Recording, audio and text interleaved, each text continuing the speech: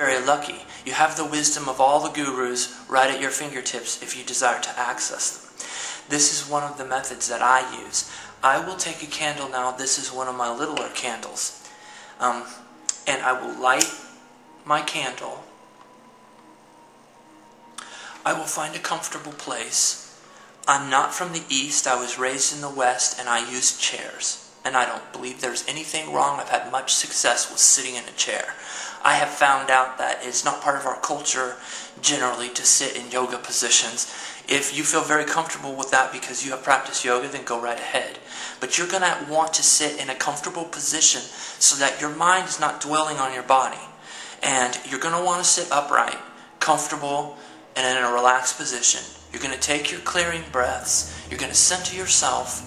It's better if you do it in a darkened room, because, especially at first, because a darkened room will minimize the distractions that you see or hear around you. And of course, you're going to want to find a quiet place of solitude. And you're going to practice this for 10 minutes. It is not wise to practice beyond 10 minutes until you're further along the path. And I'm talking about further along is not 3 weeks. I'm talking about further along is possibly 6 months at least. 10 minutes, nothing more or nothing less.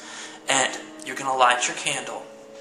Now, in the stillness, you will notice that your candle, in the stillness, will focus onto one central point, one pinnacle.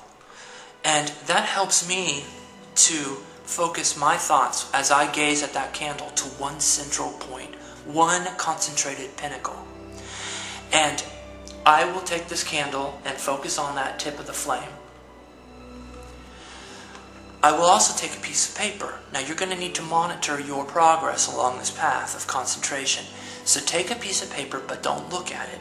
Take a tiny pencil, especially a small one is better because a big one usually is bulky and it can be more distracting. And you place that pencil over your paper. You don't think about the pencil, you don't think about the paper, which is going to be a difficult part at the beginning of this practice. And every time you are consciously aware of a thought that is anything other than the tip of that flame, any other thought, you start dwelling on, oh, the flame is flickering.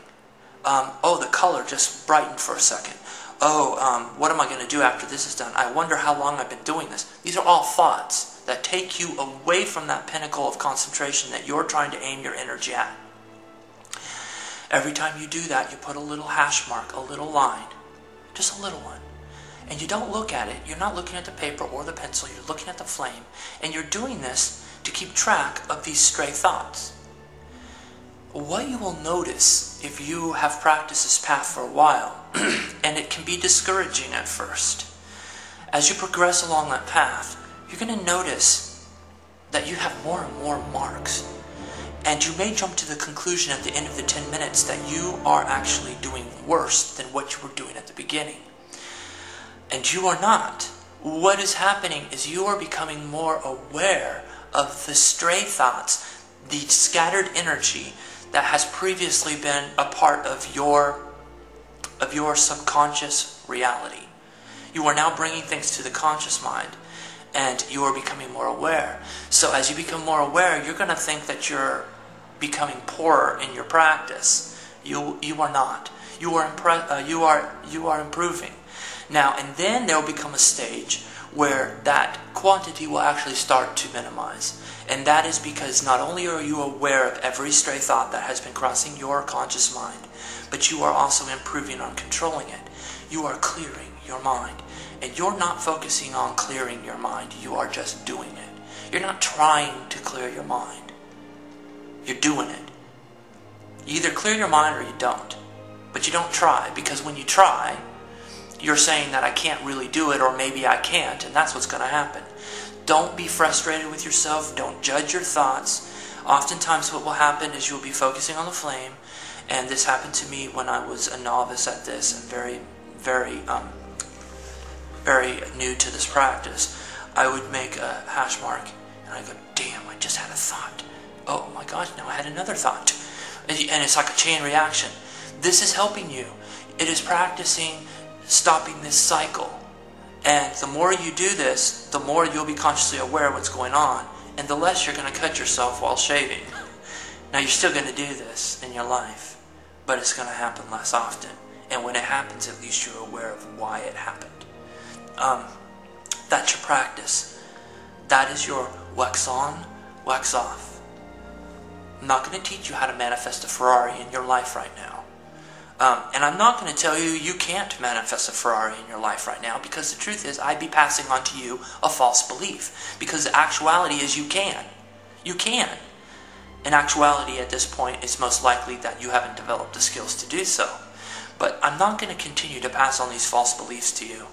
You've had enough people in your life pass on their false beliefs to you. You've had enough people in your life tell you that you can do things that make the divinity within you tarnished. That's a bunch of crap. You've had enough false beliefs. You've had enough people tell you that your reality is what you see. And so that is what you perceive. You're going to need to expunge all these false beliefs. And when people try to put their false beliefs on you, which a false belief is any limitation. Whenever someone tries to put a limitation on reality, on who you are, on the true essence of what you are, that is a false belief. Because the true essence is you are made of the force. You are made of consciousness. You are made of pure energy, undifferentiated energy, which is endless in potential. I have a friend who just brought to my attention this neat analogy, and he didn't mean to, I guess, but he just said this. He asked me a question: what is taste of water? Because in the Bhagavad Gita, Krishna says, I am the taste of water. Water, in its purest form, has no taste. Now, it can take on the taste of whatever mixes with it, and it can forget its true identity. You can put cinnamon in the water. You can mix Kool-Aid in the water. You can mix minerals in the water to give your water a hard kind of mineral sulfur taste. You can mix anything in that water, and that water may forget its true tasteless nature. Because water is tasteless, it has the ability to take on any taste it wants. Because your consciousness, the divinity within you, is endless, substanceless in its highest form, it has the ability to take on any form that it wants. And the problem is, in doing so, it often forgets its tasteless nature. Okay, you have no limits. There are no limits to the amount of taste that water can take on. But you are water in its purest form. You are consciousness in its purest form. Anybody who tries to put a limitation on that belief in your mind, be it through philosophy, through religion, through any type of human belief system, be aware that that's a false belief. You have no limits. You are endless in your nature. You are eternal. Eternal means you have no beginning and end.